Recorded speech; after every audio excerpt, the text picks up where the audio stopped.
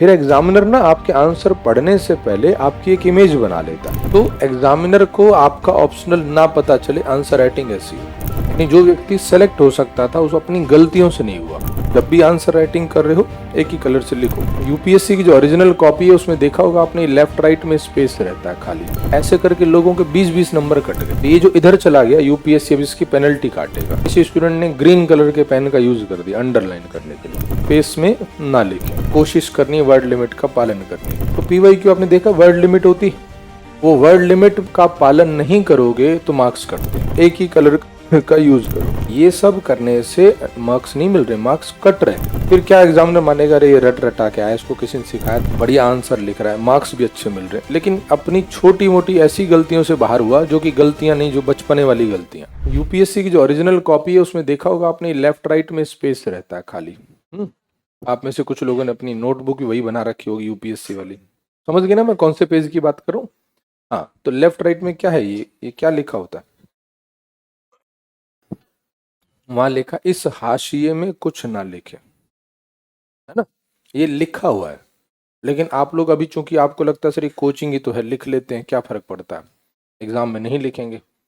आप ट्राई करके देखना, 1 महीना लगातार इसमें लिख लो बिना इसके, फिर एग्जाम में भी आप इसमें लिख दोगे। पिछले साल की मार्कशीट है, गूगल पे सब अवेलेबल है, ढूंढो। लोगों के 20-20 नंबर कटे पेनल्टी के नाम से। और अगर आप थोड़ा बहुत रिजल्ट से अवेयर हो तो समझ गए होंगे 20 नंबर का क्या मतलब होता है। 1 नंबर में तो रैंक सीधी 50 नीचे गिर जाती है, 20 में तो बाहर हो जाएगा। यानी जो व्यक्ति सेलेक्ट हो सकता था उस अपनी गलतियों से नहीं हुआ। गलतियां क्या है, मेरे हिसाब से मैं इसको ऐसे मानता हूँ कि उसने आदत अपनी खराब बना ली थी। आदत समझ रहे ना, आदत खराब हो गई। उसको ऐसा थोड़ी पता नहीं था, पता तो उसको भी था, लेकिन उसकी हैबिट थी पूरे पेज में लिखता था और लिखे जा रहा है। और वहां पे तो आप समझ रहे हो टाइम कम पड़ रहा है, उसको एग्जाम देना है, जल्दी क्वेश्चन करने हैं, उसको ध्यान थोड़ी रहेगा यहाँ नहीं लिखना। अगर उसकी हैबिट होती तो अपने आप वो नहीं लिखता। जैसे आप इसके अंदर अंदर लिख रहे हो, बीच में एक शब्द आपका इधर चला गया, मान लो यहाँ पे लिख रहे हो सफलता दर, तो आपने दर इधर लिख दिया, फिर ऐसे लिख रहा है, तो ये जो इधर चला गया यूपीएससी अब इसकी पेनल्टी काटेगा। उसका मार्क्स उसने फिक्स कर रखा है कितने कितने कटेंगे। ऐसे करके लोगों के 20-20 नंबर कट गए। जैसे फिर से देखें, किसी स्टूडेंट ने ग्रीन कलर के पेन का यूज कर दिया अंडरलाइन करने के लिए। ये जो सजने संवरने का काम है ना, कॉपी तक ठीक है, नहीं यूपीएससी की कॉपी को मत डेकोरेट करो। ग्रीन कलर आप लोग यूज ही नहीं कर सकते हो, समझ रहे मेरी बात? रेड कलर आप यूज नहीं कर सकते। अब उसको क्या पता, उसने सोचा कि सर लिख देते हैं क्या फर्क पड़ रहा है, अंडरलाइन हो जाएगा। ये सब करने से मार्क्स नहीं मिल रहे, मार्क्स कट रहे हैं। तो बिल्कुल छोटी छोटी बातें हैं। जैसे एक और चीज, हर क्वेश्चन की वर्ड लिमिट होती है, बताओ। अच्छा पहले बताना सब लोग, पीवाईक्यू एक आध सब्जेक्ट में पीवाईक्यू कभी देखा है ना भाई? तभी समझ आएंगी मेरी बातें, नहीं तो सब बाउंसर है, क्या फायदा पढ़ाने का, फिर सब्जेक्ट पढ़ाते हैं हम अपना। तो पीवाईक्यू आपने देखा वर्ड लिमिट होती, वो वर्ड लिमिट का पालन नहीं करोगे तो मार्क्स कटते हैं। तो जहां जहां यूपीएससी ने जैसा जैसा कहा ये हमारे नियम है, उसके नियम बहुत स्ट्रिक्ट है। उसके नियम में चालान जो है ना कैमरा काट रहा है, समझ रहे हो मेरी? आप किसी से मामा रिश्ते चाचा बना बनो के चालान से बच नहीं पाओगे। तो उसने एक तरह से आप कह सकते हो जो उसके नियम है उसके हिसाब से पेनल्टी कटेगी। तो पेनल्टी कट रही है, उसमें अगर सोचो 15-20 नंबर का नुकसान हो जाए तो इंसान जीवन भर अफसोस करेगा कि सब कुछ आता था, नॉलेज भी ठीक थी, बढ़िया मार्क्स मिल गए थे, लेकिन बस थोड़ी गलतियों की वजह से रह गए। ये गलतियां, इनको हम कहें ये सिली मिस्टेक है। या तो हो भाई सर हमें कंटेंट नहीं आता था इसलिए हो गए हम बाहर, तो कम से कम जीवन भर ये अफसोस नहीं होगा, लगेगा भाई आता नहीं था तो कहाँ सेलेक्ट होते। जिसको नॉलेज हो, बढ़िया आंसर लिख रहा है, मार्क्स भी अच्छे मिल रहे हैं, लेकिन अपनी छोटी मोटी ऐसी गलतियों से बाहर हुआ जो कि गलतियां नहीं, जो बचपने वाली गलतियां। तो आप लोग ऐसी मिस्टेक नहीं करना। अर्थात जब भी आंसर राइटिंग करोगे, जितने वर्ड लिमिट में वो कह रहा है कोशिश करनी है वर्ड लिमिट का पालन करने की, ±10%। 150 शब्दों में कहा है तो आप 135 से 165 ले जाओ उसको, समझ गए जल्दी से, ±10% है ना। नेक्स्ट दूसरी बात, ये जो लेफ्ट राइट स्पेस है तो स्पेस में ना लिखें, जैसा वो कह रहा है स्पेस में नहीं लिखो तो नहीं लिखो। थर्ड पॉइंट, एक ही कलर का यूज करो, अंडरलाइन करना है उसी कलर से करो। अभी आप जैसे मुझे लिख के दिखाओगे, यहाँ पे लिख के भेजोगे एग्जामिनर टीम के पास, तो आप 3-4 कलर से लिख के लाते हो। प्रैक्टिकली क्या इसको इम्प्लीमेंट करोगे आप?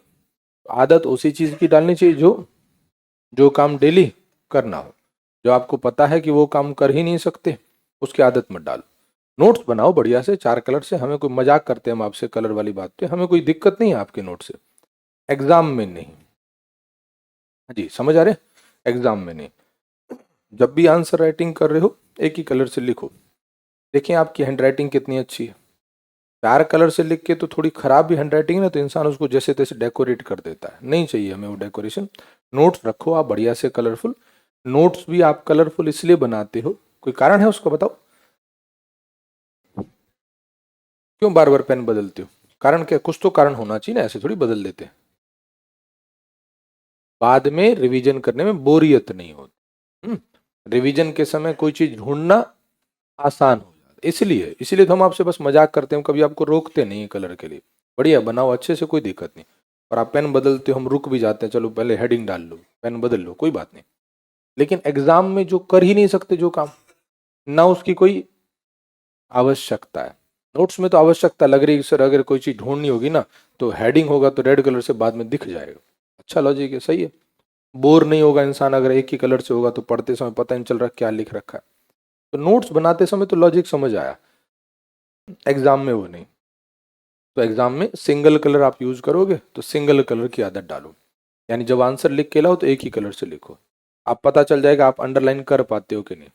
अच्छा, अंडरलाइन कुछ लोग क्या करते हैं, जैसे मान लो ये आंसर लिखा उसने, अब आंसर में सपोज ये पूरा पेज भरा हुआ है, उसे उसको लगा कि जो महत्वपूर्ण पार्ट है उसको अंडरलाइन कर दिया जाए, तो अंडरलाइन कर रहा है वो।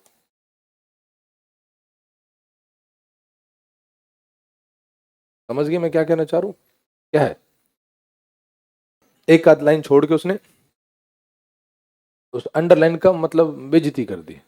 नहीं, क्या मतलब होता है अंडरलाइन का? इंपॉर्टेंट पार्ट हाईलाइट करना चाहते थे जिसको आप, यही तो मतलब है। आप सारे आंसर पे लिख दिया, तो एक काम करते पहले लाइनें खींच लेते, उसके ऊपर लिख देते। नहीं, अंडरलाइन करने का जो महत्व होता है वो खत्म कर देते हैं। जैसे आपने कहीं कोई आंकड़ा लिखा, सपोज आपने लिखा जीडीपी की ग्रोथ 6.5%, तो आपने 6.5 को अंडरलाइन कर दिया, तो समझ आया भाई ये क्यों किया इसने, ये नंबर है वो हाईलाइट करना चाह रहा है। कोई विशेष कोई शब्द आ गया, आपने उस शब्द को अंडरलाइन कर दिया। लेकिन आप हर चीज को अंडरलाइन कर दोगे, फिर क्या एग्जामिनर मानेगा? अरे ये रट रटा के आया, इसको किसी ने सिखाया था अंडरलाइन करना, तो रख दिया इसने सब। फिर एग्जामिनर ना आपके आंसर पढ़ने से पहले आपकी एक इमेज बना लेता है। मेरी बात समझ रहे हैं कि नहीं? और मेरा टारगेट है कि आप आंसर ऐसा लिखो कोई आपको, आपके नेचर को, आपके बिहेवियर को जज ना कर पाए आपकी कॉपी से। आप आंसर लिखोगे तो मैं आपकी कॉपी 3 4 5 आंसर लगातार मुझे दिखाओ, मैं बता दूंगा आपका ऑप्शनल क्या है। इतना प्रभाव दिखता है स्टूडेंट के आंसर राइटिंग में उसके ऑप्शनल का। अगर कोई बार बार लिख रहा है, जैसे मान लो मैंने अभी दिया ये जीडीपी वाला जो सवाल दिखाया आपको है, ये सवाल दिया मैंने एक स्टूडेंट को लिखने को, उसने लिखना शुरू किया, मुगल काल से ही भारत गुलामी में रहा है ना। समझ गए आगे? उसको उसने ना इतिहास इतना पढ़ लिया, उसको कहीं लिखने का मौका मिला नहीं। उसको लगा आज सही दिन है, इनको बता के मानेंगे कि हम इतिहास पढ़ रहे हैं। और फिर वो मुगल काल से स्वतंत्रता आने में 2 पैराग्राफ लगा देगा। आजादी मिलने में 2 पैराग्राफ तो लगेंगे, और जब आजादी को इतने साल लगे तो 2 पैराग्राफ तो बनते हैं। फिर आजादी के अंदर गांधी जी भी आएंगे। आजादी के बाद वो नेहरू जी से लेकर के वर्तमान तक लाएगा, तो 1 पैराग्राफ तो कम से कम उस पर भी चाहिए। तो जो मूल आंसर है वो लास्ट पैराग्राफ में आता है। मतलब 1 पैराग्राफ में सब लिख देगा जो हम पूछ रहे हैं, बाकी सब ऊपर क्या चल रहा है कोई मतलब ही नहीं बन रहा। और कुछ लोग तो और कलाकार होते हैं, सीधे हड़प्पा से ले जाते हैं, तो पता चल गया उसका ऑप्शनल क्या है, इतिहास। ऐसे ही कुछ व्यक्ति लिखेंगे, मैंने उनको आंसर का तरीका बताया लेकिन वो मान ही नहीं रहा, वो स्टार्टिंग से ही कबीर लिख रहा है। कबीर ने भी ग्रोथ पे कुछ कहा, पता नहीं कब कहा है ना, और भावुक हो गया। तो आप अपना ऑप्शनल पता मत लगने दो, ऐसी आंसर राइटिंग होनी चाहिए। जो लोग सोशियोलॉजी ऑप्शनल होते हैं वो हर चीज को समाज समाज समाज में जोड़ देंगे। भाई हम आपसे इकोनॉमी पूछ रहे हैं, आप समाज बता रहे हो। समाज पूछेंगे तो समाज बताना है, भारतीय समाज सिलेबस में जीएस में है कि नहीं भाई, वहां लिखना। तो एग्जामिनर को आपका ऑप्शनल ना पता चले, आंसर राइटिंग ऐसी हो। ये कैसे होता है, जिन लोगों का ऑप्शनल लिटरेचर होता है वो बहुत बड़े बड़े पैराग्राफ लिखते हैं, उनके पैराग्राफ में पूर्ण विराम आता ही नहीं। कुछ पहले पढ़ रहे हैं मेरी बात, वो लिटरेचर लिखते हैं ना, उनको आदत है एक एक पैराग्राफ, बहुत बड़े बड़े पैराग्राफ लिखने की। तो वहां पर हमें वो पैराग्राफ चाहिए नहीं, बार बार पैराग्राफ आ रहे हैं और हमने उसको बताया आंसर पॉइंट में लिखना था, इतने पैराग्राफ लिख चुका था, हम समझ गए, और उस पैराग्राफ में झलक भी दिखला देगा अपनी। झलक समझ रहे ना, चेहरे की झलक नहीं भैया, ऑप्शनल की है। तो आपको ये सब चीजों से बचना है, और ये अभ्यास से पॉसिबल है, ये भाषणबाजी से कुछ नहीं होगा, वो तो मैं आपको समझा रहा हूं, लेकिन आप जब तक इसको बार बार लिखोगे नहीं तब तक नहीं हो पाता।